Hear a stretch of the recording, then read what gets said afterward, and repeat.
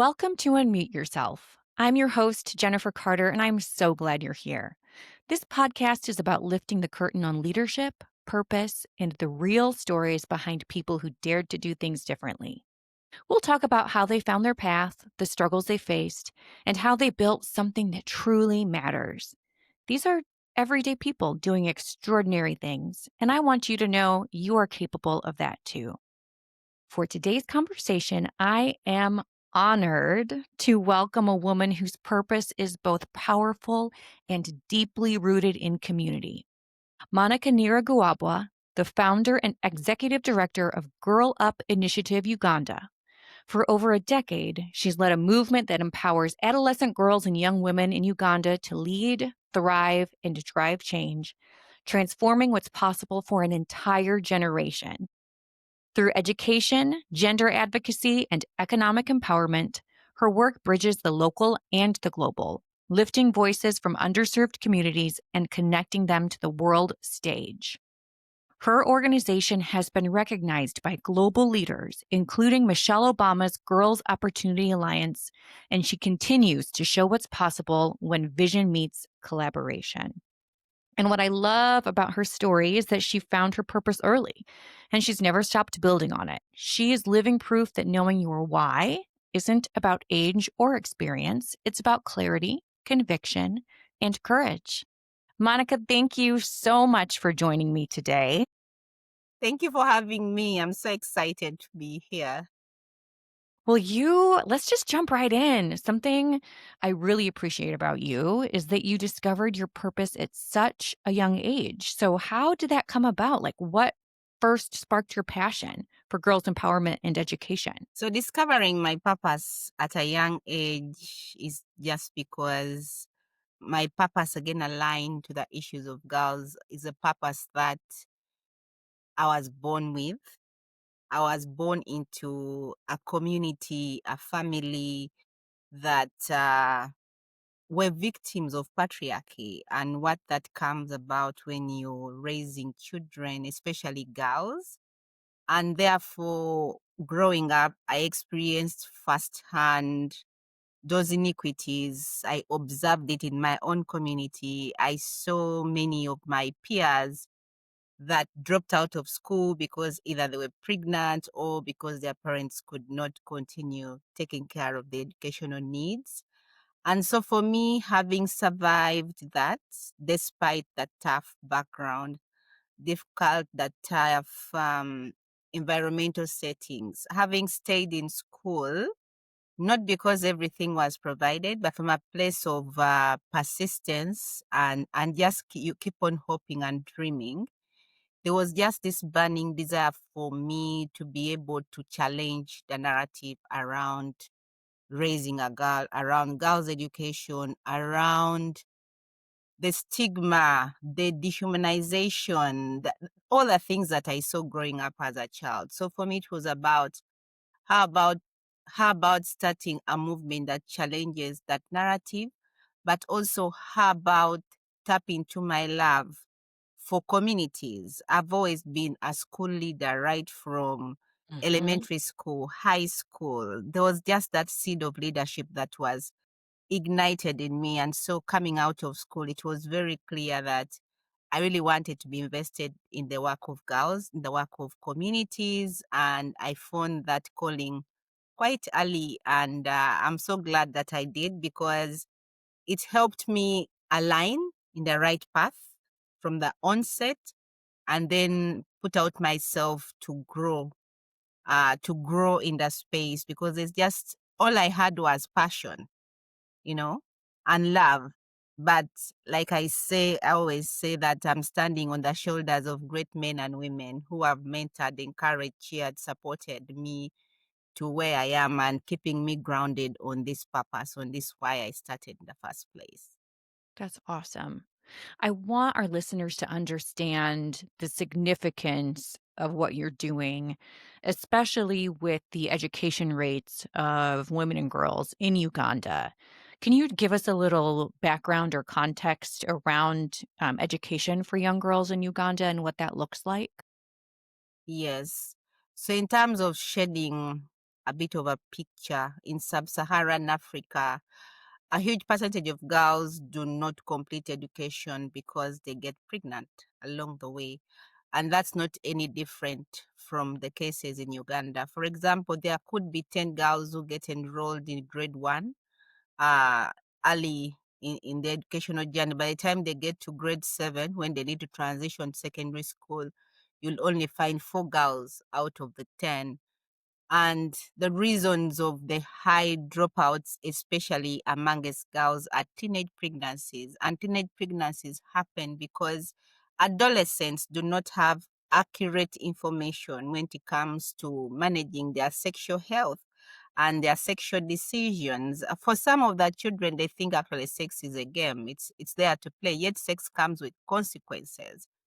So that's kind of the picture, that there will be those who start school, but because of different circumstances, even just referring to the circumstances I saw growing up, you find that more and more girls get off the hook and are not able to transition to the next grades. That's deep because if it's a part of the culture, right? Girls aren't supported.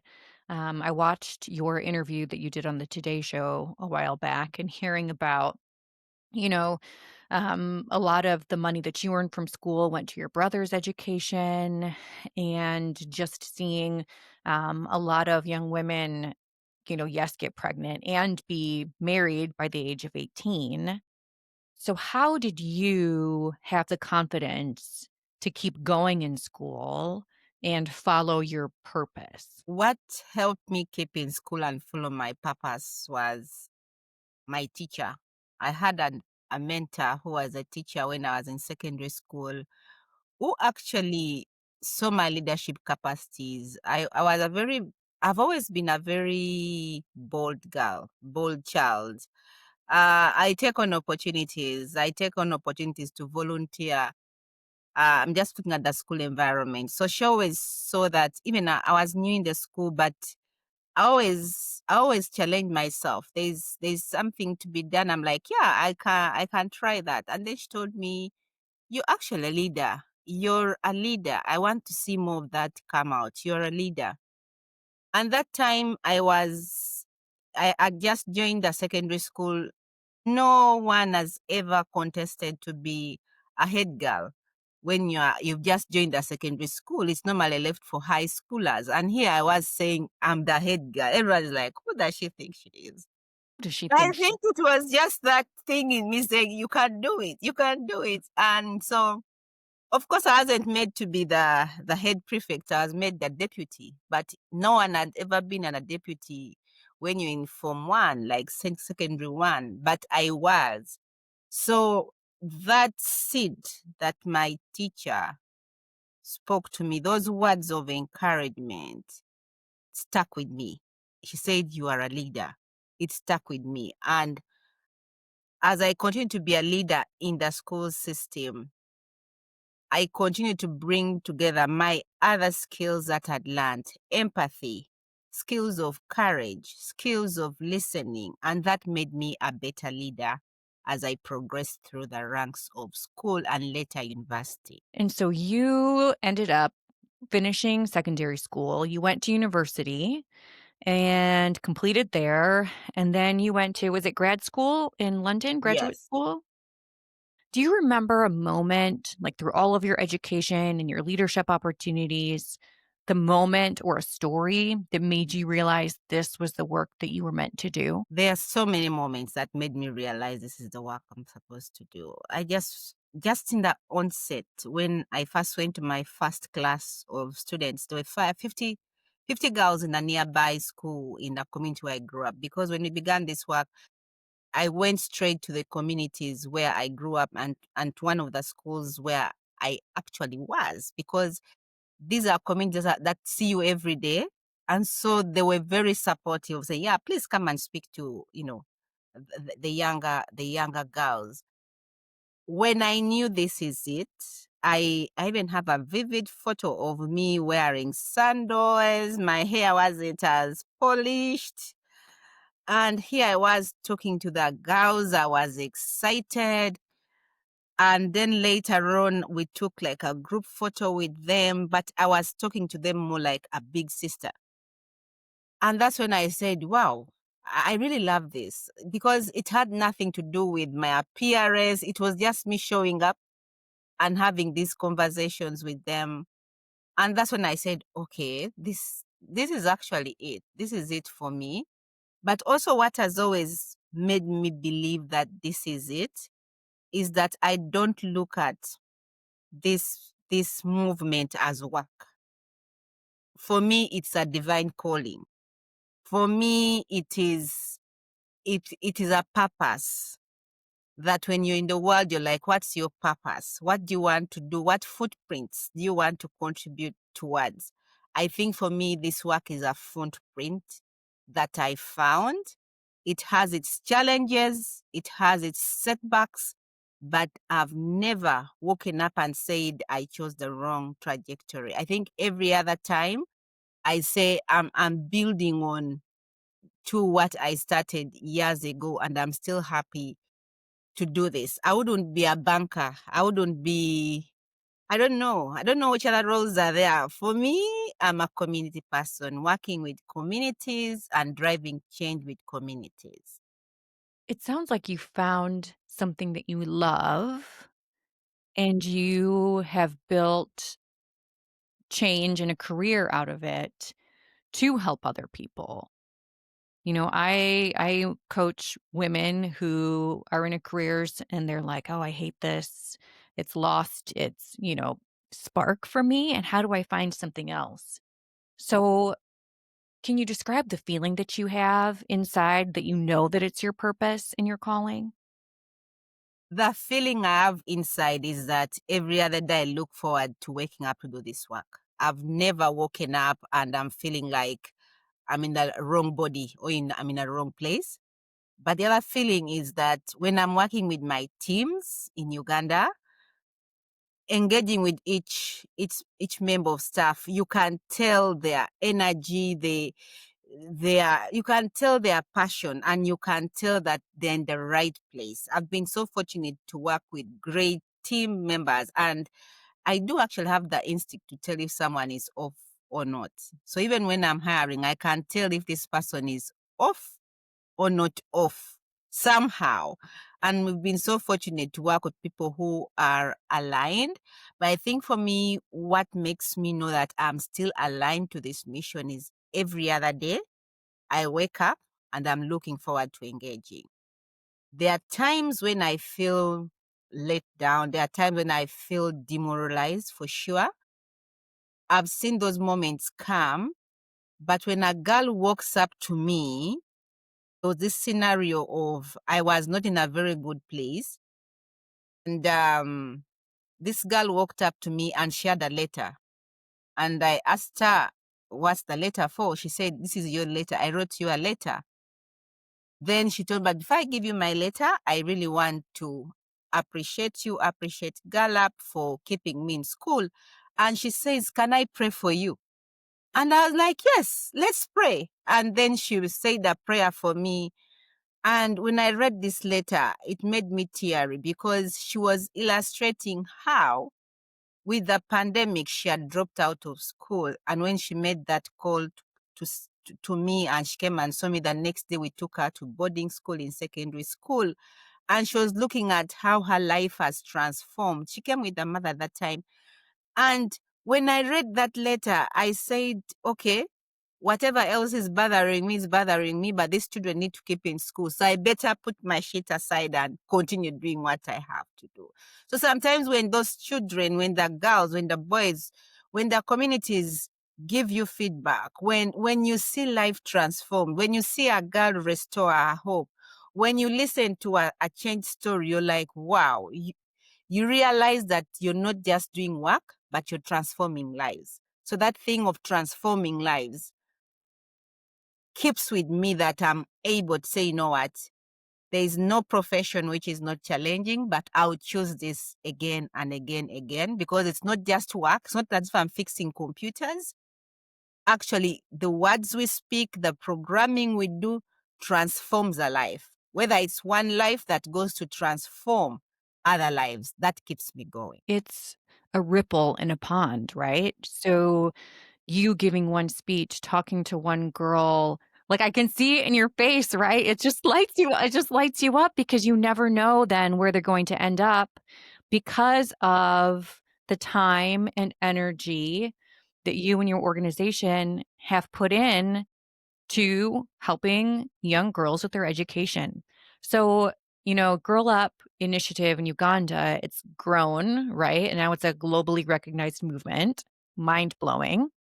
So, what do you think has been the key to that impact? The key to that impact is one, I would say we've grown with the girls. Our girls are representative of our governance structure.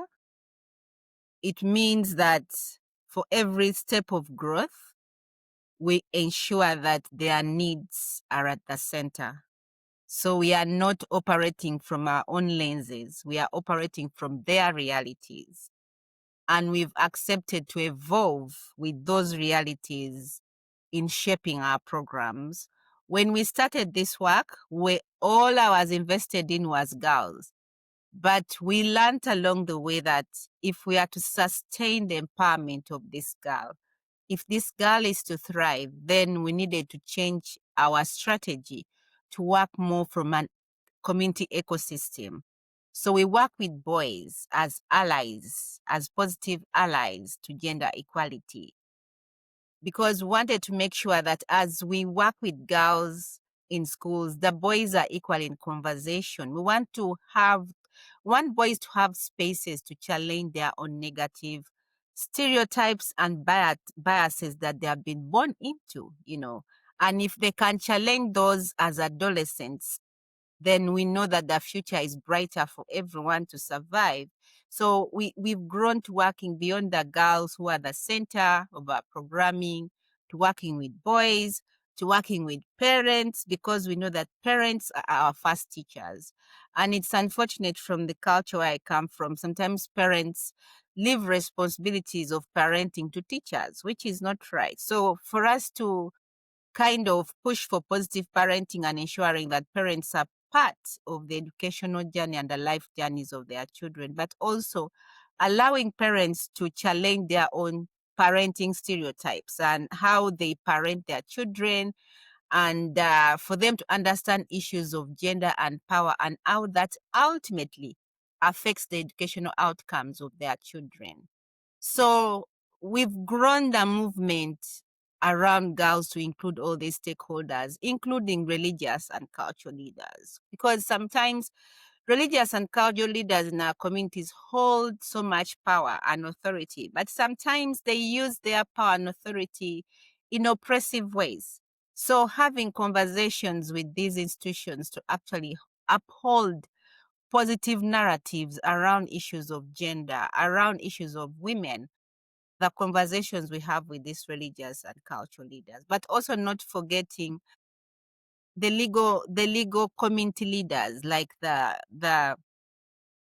LC ones. They are more like government structures. So we've over the years worked with all these structures because we know that when everyone is in touch, when everyone understands, you're investing in one girl but transforming the entire community, and the outcomes for the safety and empowerment and agency of girls have been higher. It You hit on something so important, right? Because you're talking about big system change and partnerships, collaborations at the micro level, the meso level, and the macro level, right? So it's not just the girls, it's the young boys, the families, the government, the support structures. So, what have you learned about working together in these partnerships and systems for long term systemic change? What I've learned is that with collaborations, you don't go wrong, because collaboration enhance learning, collaboration help tease out what looked very tough for one person to do, that in collaboration you're able to do it. Collaboration births sustainability, but also collaborations, even in terms of working with different partners to amplify this work, has opened doors for us. It has unlocked opportunities for our girls to represent girls globally. It's because of collaborations and partnerships. Collaborations have actually helped double our impact or amplify our impact even more, that we are not just a grassroots organization. We are an organization respected in the globe for what we are doing in the grassroots. So collaborations has really unlocked so much opportunity, both in terms of implementing our work, but also in terms of getting champions and people who are invested in keeping this movement going. Perfect. So you are telling your story and inspiring people so that they invest in and support and tell your story and share your story. And I know that the work you do, it's not just about education, right? When we first met, you were talking about it builds in confidence and leadership, community, sexual health, self-esteem. And so what stories stand out to you as proof that the work you're doing is truly changing lives? The stories that stand out for me is stories of girls who speak into being able to acknowledge their self identities and to acknowledge their self worth. For a girl to believe that she can, for a girl to use her voice, because the communities we come from, when a girl uses her voice or looks into an elder's eyes, it's looked at as disrespect. So for a girl to challenge that narrative and actually look into the eye and communicate her feelings, communicate, for me, that is success. Wow. Because change starts from within before any other thing. I believe in the self-empowerment of each individual girl, whether it means them having courage to show up in class, whether it means for them courage to walk up to that class teacher and tell them they've not understood the number, they need help, whether Mhm. it means her using her voice because she needs something or she's trying to contribute to a conversation. For me, when girls take on leadership positions, for me, all that is change because it starts from the self. And when the self is in touch with its own self, then it will illuminate all the vibrancy, all the positivity, the energy into others. So for me, really, impact for me is that girl standing up and just speaking out and saying, here I am, my name is so and so, and Wow. I'm proud to be a girl. That is impact for me. You touched on something we all overlook, and that is the little markers of change and impact.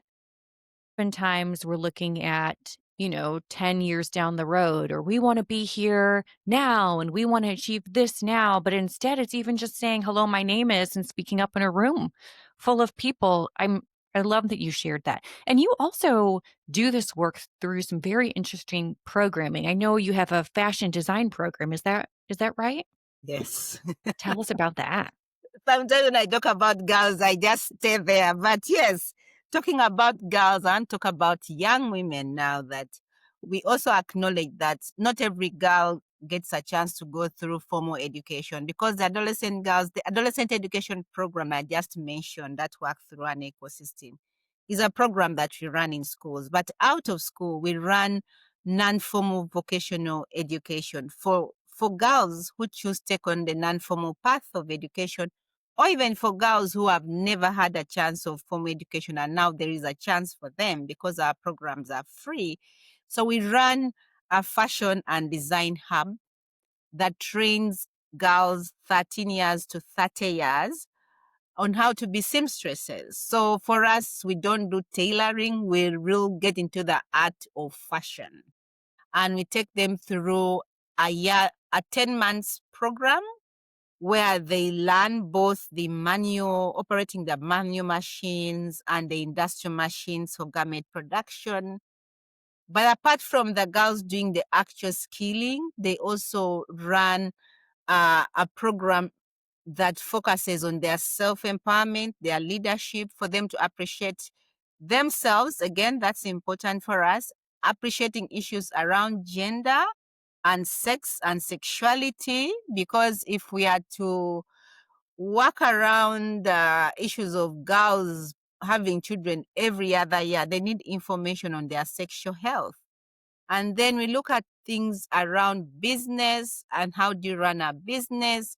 So beyond girls coming to train as seamstresses, they also get a combo of life skills programming, looking at business, looking at their sexual health, and looking at their personal empowerment issues. And what's so interesting about the program is when these girls graduate, our role is to be able to refer them to some garment industries that are looking for qualified seamstresses, that beyond us skilling them, we are also trying to negotiate with potential employers who can actually take them. Because we want to see young women have incomes, because we know that money is powerful. When a woman has some money in her bag, her confidence equally grows because she knows what she's talking about.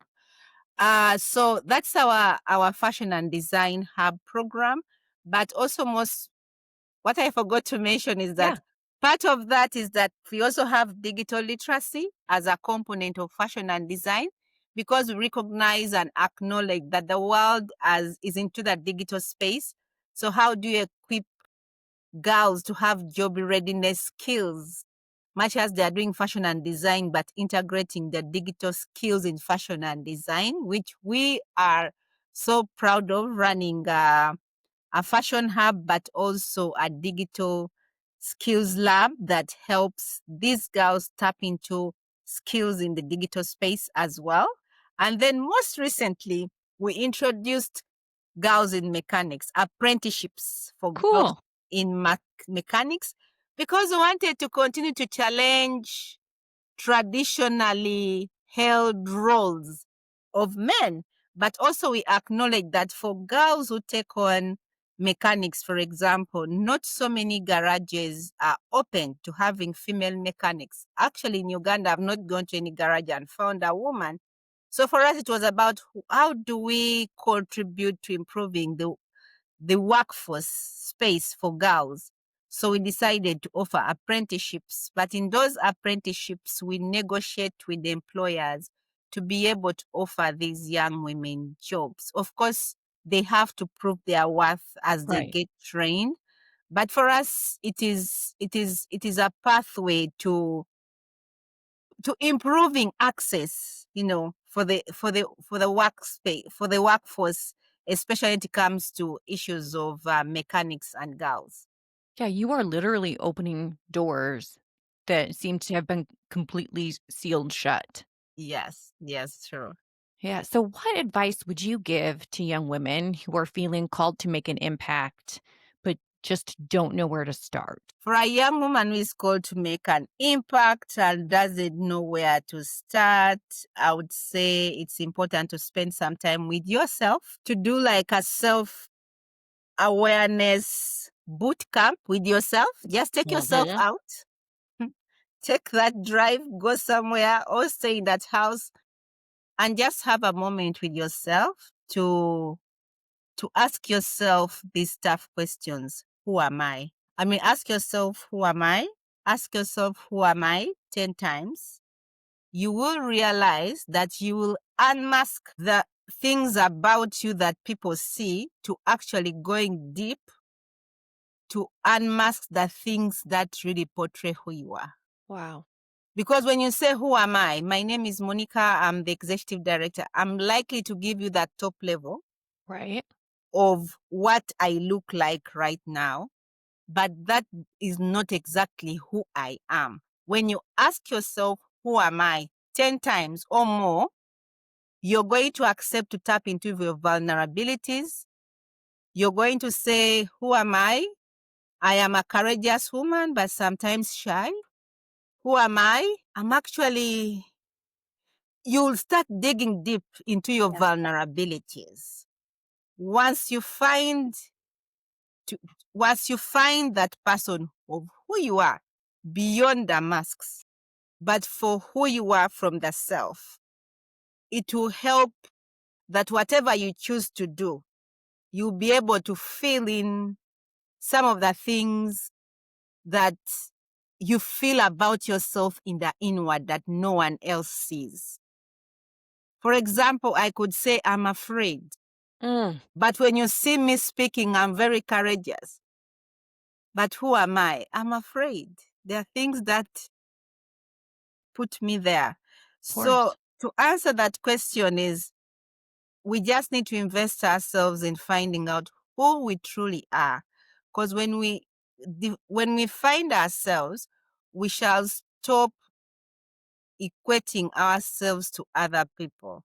That even for every small win, let's say I say I'm afraid, then you take on something and you show brevity and courage. You celebrate that win. It builds your confidence. It builds your self-worth.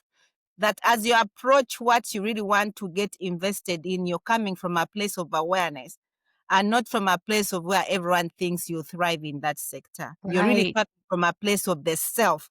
You know yourself to the core and you know what fills your heart.